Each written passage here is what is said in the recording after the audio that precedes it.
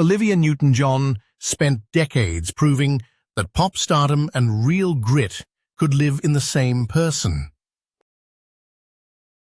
Raquel Welch fought an industry that wanted to define her by one image, and she kept working long after that image faded. Robbie Coltrane brought warmth and weight to every room he walked into, on screen and off. Donald Sutherland never stopped taking risks. Across more than 50 years of film, he was incapable of a safe choice. Burt Bacharach wrote melodies that outlived every trend, because he cared more about the song than the era. Maggie Smith. Precision, wit, and a career that simply refused to plateau. Richard Roundtree opened doors that the industry had bolted shut, and a generation of actors walked through them because he did. There is a question that has followed Morgan Freeman for most of his professional life, and it is not a comfortable one. It goes something like this. If a man spends the first 4 decades of his life in near total obscurity, grinding through bit parts, regional theatre, children's television, and the kind of work that does not make anyone famous, what does that say about talent? Does it mean the talent was always there, waiting? Or does it mean talent, on its own, is almost completely beside the point? Freeman has never answered that question directly. What he has done instead is work. Relentlessly, specifically, and with a discipline that people who have been on set with him tend to describe in the same terms, regardless of the decade. He knows his lines before anyone else does. He does not waste takes exploring. He arrives prepared, and he expects the scene to happen. That is not a small thing. On a film set, an actor who arrives prepared is a gift to a director, and a quiet act of pressure on every other performer in the room. It compresses the schedule, raises the floor, and signals something about how the work is regarded. Freeman regards it seriously. He always has. He was born in Memphis, Tennessee, in 1937, and the childhood matters here, not for sentiment, but because of what it explains about self-sufficiency. His mother moved the family repeatedly. He spent time in Mississippi, in Chicago, in cities where he was essentially starting over, learning to read rooms, to adapt, to perform in the broadest sense before he ever stood on a stage. He won a drama competition at age 9. He turned down a partial drama scholarship to pursue a military career, enlisting in the Air Force in 1955.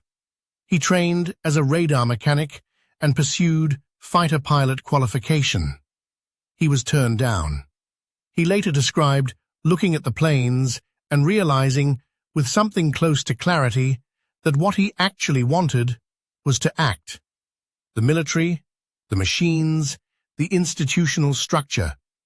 None of it was the thing. The thing was performance. He moved to Los Angeles, then New York. He studied at the Pasadena Playhouse. He took dance lessons. He did whatever work was available, which for a black actor in the early 1960s was a narrow and demeaning category. The industry was not offering Morgan Freeman roles. It was offering him background work, caricature, and waiting. He joined the off-Broadway scene in New York. He worked with the Negro Ensemble Company.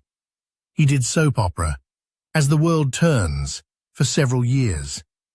He spent a substantial part of the 1970s on The Electric Company, a children's educational program on PBS, where he played a rotating cast of characters, including Easy Reader, a funky, joyful figure built for a young audience.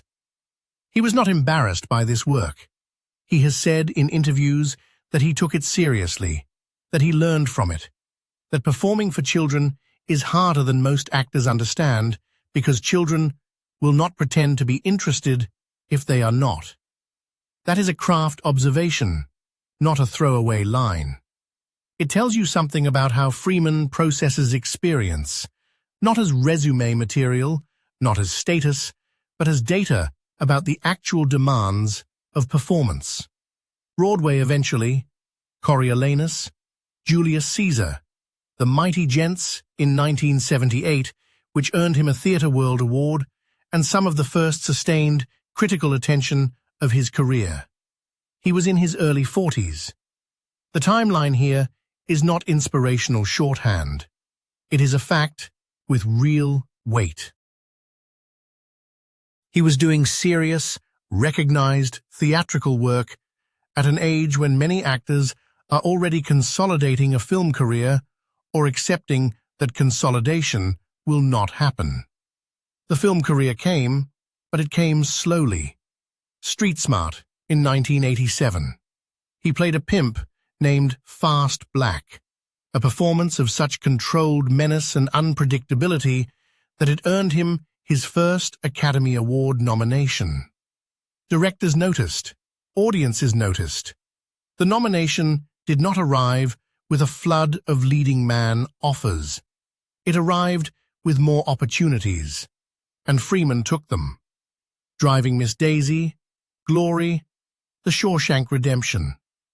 These are the films that form the popular image of Morgan Freeman, and they are worth examining individually rather than listing as a cascade of success, because each one involved specific creative choices and specific risks. Driving Miss Daisy came from the stage. Freeman had originated the role of Hoke Colburn on Broadway, which meant he arrived on the film set having already built the character at a molecular level. That kind of preparation, knowing a role so thoroughly that the camera simply records an inhabited human being rather than an actor making choices, is visible in every frame. The performance is unhurried. It breathes. It won him a second Academy Award nomination, and the film won Best Picture. His co-star, Jessica Tandy, took the acting prize. He was not bitter about this publicly. He moved to the next project. Glory was directed by Edward Zwick and starred Denzel Washington as the lead. Freeman played Sergeant Major John Rawlins, a role that required him to be the gravitational center of a large ensemble without dominating the frame. He understood ensemble dynamics in a way that traces back to his theater work, knowing when to hold, when to give space, when a scene belongs to someone else, and your job is to make their moment land rather than compete with it. The Shawshank Redemption is probably the film that people return to most often when they want to explain what Morgan Freeman does that other actors do not. The narration is the obvious entry point, his voice carrying the emotional architecture of a film about institutional cruelty and the durability of hope. But the performance in the frame is equally precise. Ellis Boyd, Red Redding, is a man who has learned to suppress his own interiority as a survival strategy. Freeman plays that suppression without commentary. He does not signal the audience that something is being hidden. He simply plays a man who has been inside a long time and lets the audience feel what that costs. The film failed at the box office on initial release. It found its audience on home video and cable, becoming one of the most re-watched films in American cinema history.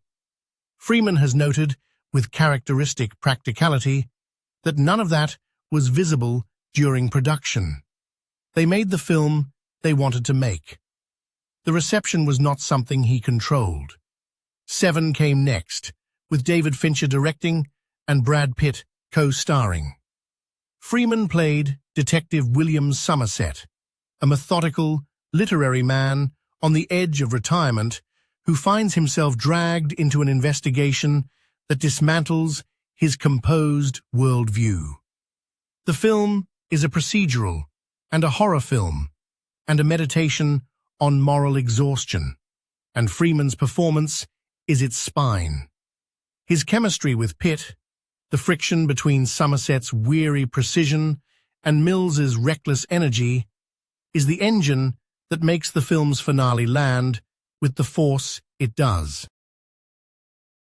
Fincher has spoken about how Freeman's presence stabilized a shoot that was, by multiple accounts, pressurized and difficult. That stabilizing function, the actor as institutional anchor, is something Freeman has provided on numerous productions. $1 Million Baby, Seven, Bruce Almighty, The Dark Knight trilogy, where he played Lucius Fox across 3 films for Christopher Nolan. Each of these required something different. Bruce Almighty is often underestimated as a performance. Playing God as a figure of quiet, amused omniscience is not a comedic assignment most actors would relish, and Freeman navigated the absurdity without condescension.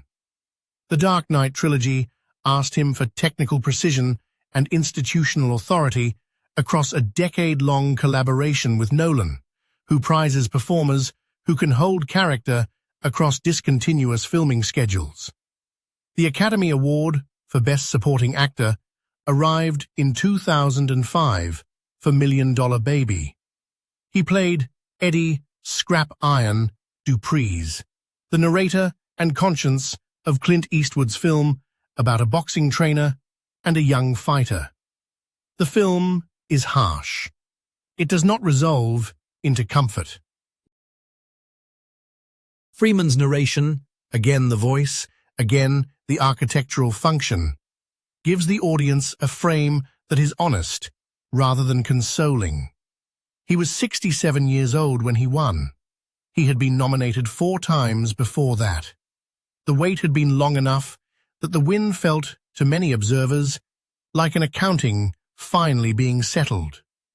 He has talked about The Voice in ways that are illuminating rather than vain. He does not claim it as a gift he arrived with. He describes it as something that developed, that deepened, that required him to learn how to use it correctly. He has mentioned that early in his career he was self-conscious about it, that he had to learn to trust it rather than perform it. That distinction, trusting a natural instrument versus performing your own instrument, is one of the more sophisticated craft observations a working actor can make. He has also been candid about the reputation that The Voice created, and about the industry's tendency to reduce a performer to a single attribute. He has been vocal about being typecast not as a villain or a fool, but as wisdom itself, as the voice of God, literally in Bruce Almighty, and functionally in countless documentaries, trailers, and prestige films. He has accepted some of that work, and he has pushed against it in others. The pushing is instructive. Street Smart's Fast Black is not wise. He is dangerous and specific and morally unresolved. Freeman returns to that register when the material calls for it. The 2008 car accident was serious. He was driving near his home in Mississippi when the vehicle rolled. His companion sustained injuries. Freeman sustained nerve damage to his hand and arm, a condition he has publicly stated causes him chronic pain. He has described wearing a compression glove and managing the fibromyalgia that developed afterward. He has not made the injury a central feature of his public persona. He has continued working. There was a period of controversy in 2018 when multiple women made allegations of inappropriate behavior on set and in professional settings. Freeman disputed the characterizations. Several of the accounts described behavior that Freeman's publicists described as misread attempts at humor or flirtation. The network that had aired a tribute to him rescinded it. The Screen Actors Guild suspended plans to honor him with a Lifetime Achievement Award, later reinstating the process. He issued a statement that was widely criticized as inadequate. The incident did not end his career, but it reshaped the conversation around him, and it would be inaccurate to omit it from any honest account of his public life. He has not addressed it at length in subsequent interviews. He has spoken more freely about other things, about politics, about race, about how the conversation around race in America often makes things worse rather than better, a position he stated bluntly to Mike Wallace on 60 Minutes in 2005, arguing that Black History Month was a reduction rather than an expansion, that the answer to racism was not to designate and contain the conversation, but to stop talking about it in those terms. The interview was widely discussed. Many people disagreed with him. He did not walk it back. He has produced work through his production company, Revelations Entertainment, which he co-founded with producer Laurie McCreary. The company has developed projects across film and television, including documentary work. He has been involved in the science communication space Through the Wormhole, the Science Channel series he hosted and produced for 10 seasons, covering topics from quantum physics to the existence of God to the nature of consciousness. The series ran from 2010 to 2017 and earned him a Daytime Emmy nomination. It was not a prestige drama credit. It was something he cared about, the popularization of serious ideas for a general audience. That instinct to take the communicative power that his voice and his presence represent and point it at something useful rather than purely decorative is consistent across his career. He does not do many films back to back. He has spoken about being selective, about waiting for material that requires him to work rather than simply to appear. That selectivity is a luxury he earns slowly, and he exercises it with evident intention. The grandfather, the longtime Mississippian, the man who runs a honeybee farm and has spoken publicly about the importance of bee conservation. The man who has said that acting is not a calling for him in any spiritual sense, that it is work, and he is a worker, and the job is to be fully present in the scene. He is in his late 80s now, and the career that surrounds him is one of the longest sustained runs of serious film performance in American cinema. Not because he arrived young, not because a system noticed him and carried him, because he kept returning to the work, kept preparing, kept showing up on set, knowing his lines before the camera was set up, kept insisting, in the only way that actually communicates anything in this industry, that the work was worth taking seriously. The legends he keeps company with are mostly gone now. The standard they set has not changed. Morgan Freeman is still here, still working, still the voice that enters a scene and tells you, without announcing it, that something real is about to happen.